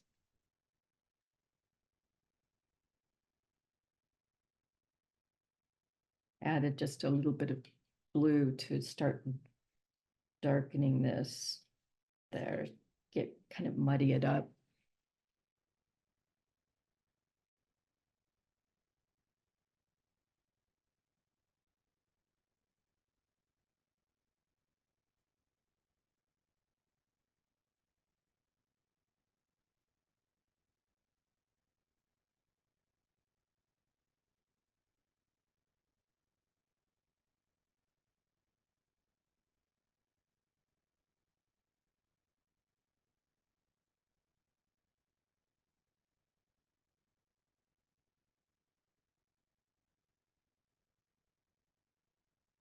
And now I want a real brown, so one of the faster, nicer browns is to actually mix all your primaries together.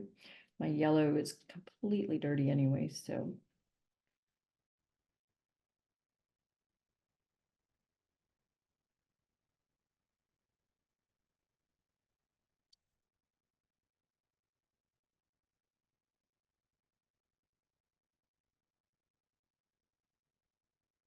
That's kind of the brown I'm looking for.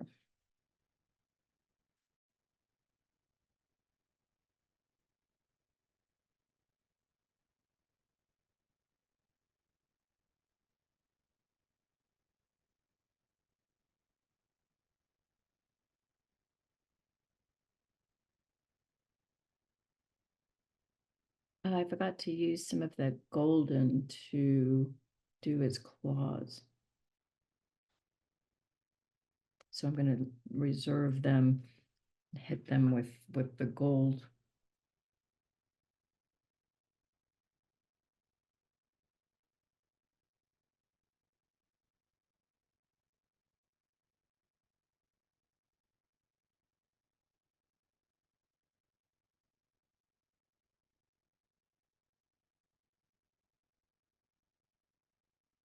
See how I'm dropping in the brown over the gold, and that is going to help darken it.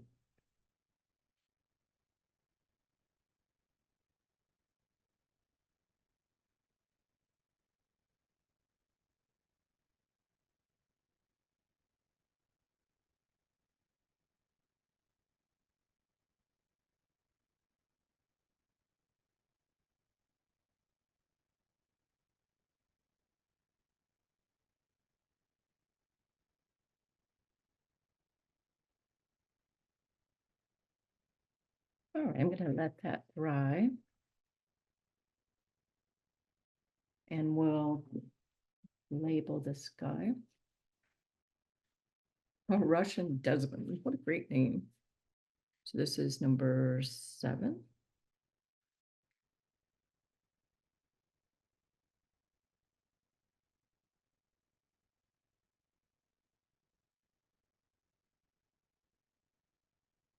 And that is Desmona.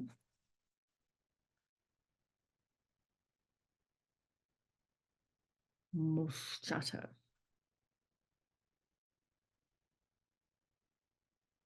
Okay, so that is a mole family. Semi-aquatic.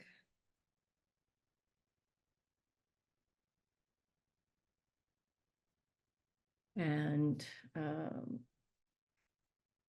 lives in groups. And is functionally blind.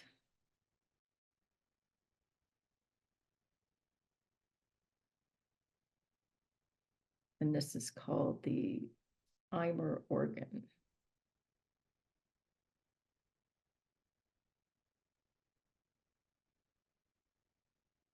And it's a sensory organ. We'll let that dry and we can come back and do some more with it. Oops, yeah, see if I touch it now, it's just going to mess up. So step away from the watercolor, although I do have to fix this.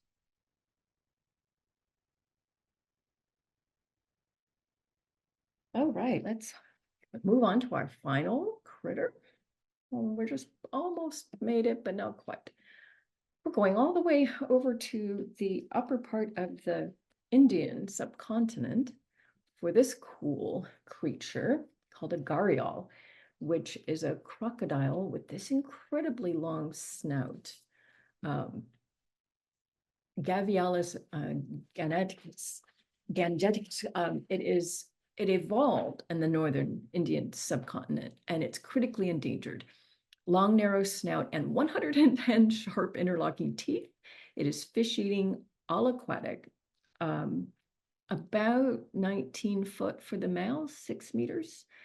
And the males have that, take a look at this bulb on the end of their snout. I couldn't find a good picture of that was copyright free. So this is a female, and the male would have this big bulb, and that's where they get the name gharial, because it resembles an earthenware pot known from the region as a gara. And so the females dig the nests and will guard the nest and the young when they hatch just before the onset of the monsoon. So we're going to put this in here, and it's going to be just a very loose sketch because we don't have a ton of time, and we'll be able to work on this later. But what we want to do is get the proportions so that tail is almost exactly as long as from the end of the leg to the end of the snout. So if we start here and do a shape, so just do a crocodile cigar-y shape here. And then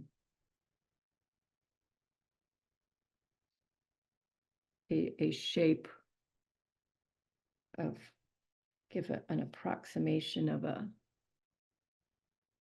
head shape. We're going to have to tease out all the bits, there, and then pull that snout all the way out. Let's check the proportions. Yep. So we want to, I'm just doing shapes now. So this is going to be the end of the tail.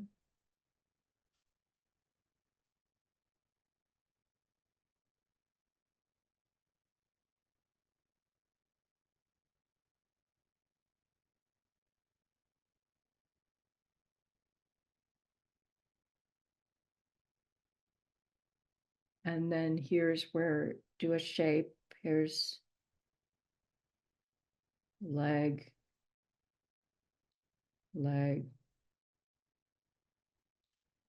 shape here.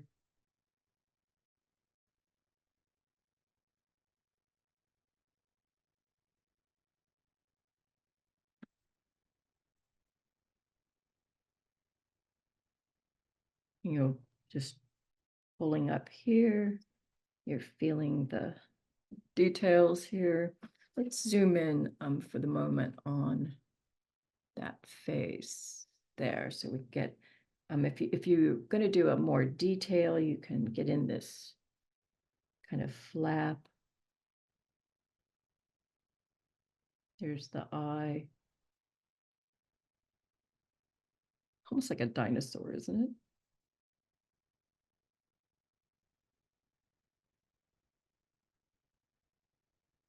I think that the pen will be a better tool at this point, because then I can show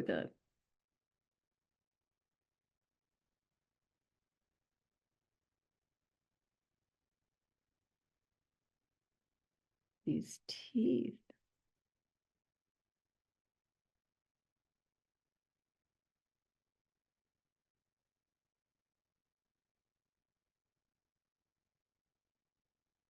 This one accidentally went a little bit too far, but I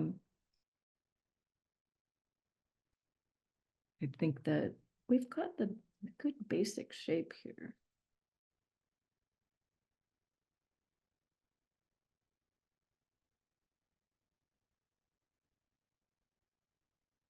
And then when you finish this up, you don't have to do every single perfect, scale here, but as you're sketching it, you can add in these lines. I'm not going to count them and try to get it exact. And as it goes down, just a bit beyond the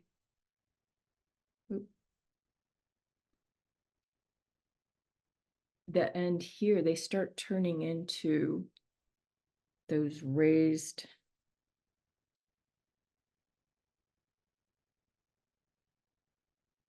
I'm not sure what you would call those.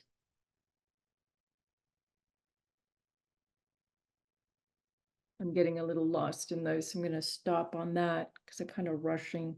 But we will finish this up. So this is 8. This is the Garial. Oh, okay.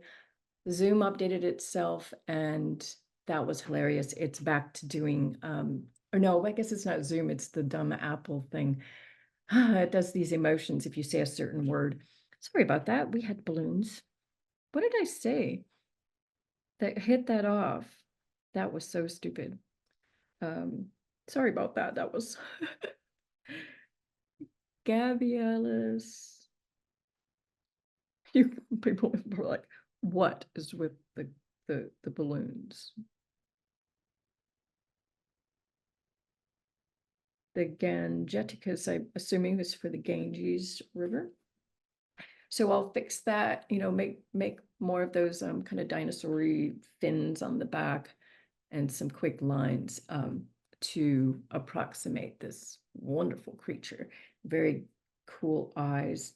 This is evolved on the Indian subcontinent.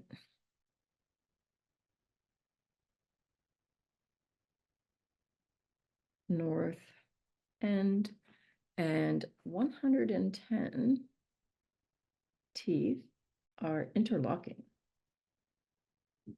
Okay. And it is critically endangered.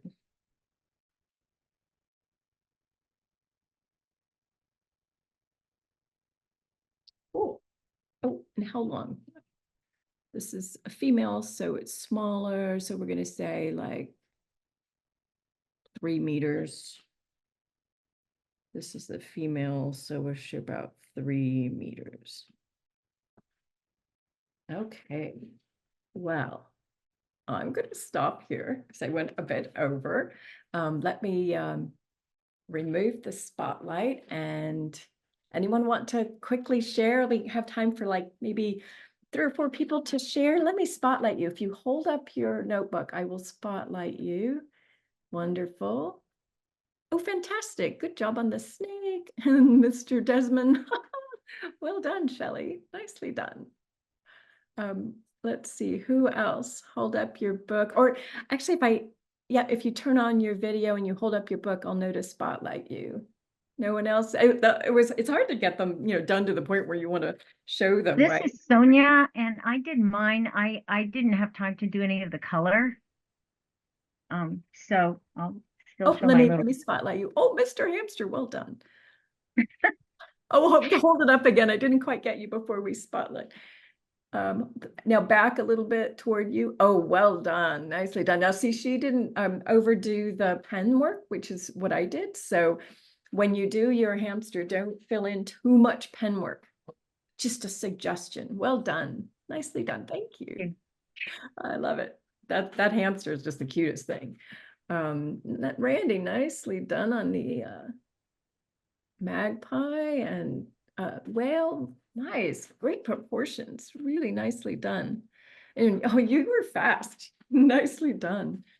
Great job. Are you using just monochrome, or is it just that those 2 happen to be gray? I'm using a little watercolor and micro pen. Oh, yep.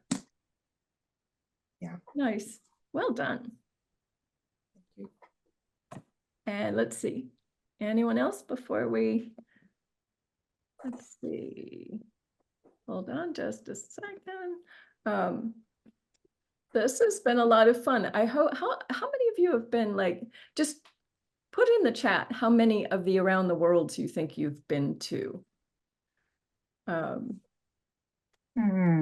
Yeah, starting with the around the world in 80 trees, and then now we're doing Okay. animal. Yeah, it started with trees, like what, 3 years ago, or maybe 3 years. So put in the chat how many you think. Let's see. I'm scrolling down. All of them. Dixie, well done. All but one, Betsy. Yahoo! Nice. 6 or 7. All of them. That's just amazing. 3, John. Wait, 7. Nice. Nicely done. Well, I really, really appreciate it. And I'm going to put in the chat, if you like these free sessions, I have a tip jar. It's always appreciated, but a few dollars is helpful. Takes many, many hours to prepare these. So I really, really appreciate it. It's so much fun though, and I just love it. I will finish up mine and post them and the recording on the website, send you guys the link, but you can always find it at exploringoverland/academy for Nature Journal Academy. There's a whole section for all the around the worlds. So this will be fun to do for the rest of the day. Roseann, can I ask you a question Absolutely, Teresa. about the tip jar? Okay, I don't do any kind of transfer of monies online. Is there anything else that I can do? It's just a credit card entry. Right, but I still don't do it because I've had like Oh, probably you have trouble 4 or with- 5 dark webs or whatever so Oh. far. So Oh. I kind of like, Lord knows where it's embedded, you know? Well, don't So worry about it then. Okay. It's just a gesture, no worries. I mean, good old fashioned Well, checks work too. Send me I an just email. wanted to make the gesture if I could, but you know. Oh, no worries. I understand totally. Okay. You can always mail Could you it. send a check? Yeah, Yeah. sending a check works too. So Okay, thanks. no These have been really wonderful. My drawing skills have improved. Not so much. It's more about the assessment at the beginning. yes. Like, I mean, John Murilaws has helped a lot in that, in, looking at the negative space on the top of the animal or the bird or whatever. And it's just been wonderful. I find it really hard these days for assorted reasons to actually put pencil to paper. Yeah. So booking this time and sitting down and locking my door and saying, I'm doing this, don't bother me, is just wonderful. Like, I just love having this opportunity. So thank you. I'm so glad. And I love it. And at first I think I was telling someone, I thought, you guys like talked me into doing these, and then someone was like, oh, we can't stop. Now we need to do animals. And now and I thought, what have I gotten myself into? Birds are next, right? I Birds. love it. And it's I just look forward to them so much. And I learned so much too. All Yeah. these little critters and okay, and that hamster. I just make notes. If I can't add the color, I just make no colors. Yeah. Nature journaling kind of thing, stuff all the way through it. And Yeah. it's good. I even got the insect down. That was a hard one. Yeah. And Yeah, my breaking it man down into don't think about what you're drawing, just draw some shapes, That's and then- exactly right. It works. This works a treat. And I didn't get color, but I made color notes. But the drawing's not bad. Like, I was displeased with it. Right. And if anyone wants to send me your drawings, I'll put them on the website, or feel free to go into the forum. I'll send you a link. I have a private area where you can share things, not on Facebook. So wherever you like is great. I love to see and share what we all do. Wonderful. Everything. Thank you so much. Okay. Have Thank a you. wonderful rest of the weekend. Thank you, too. everybody. Bye now. Bye. Bye.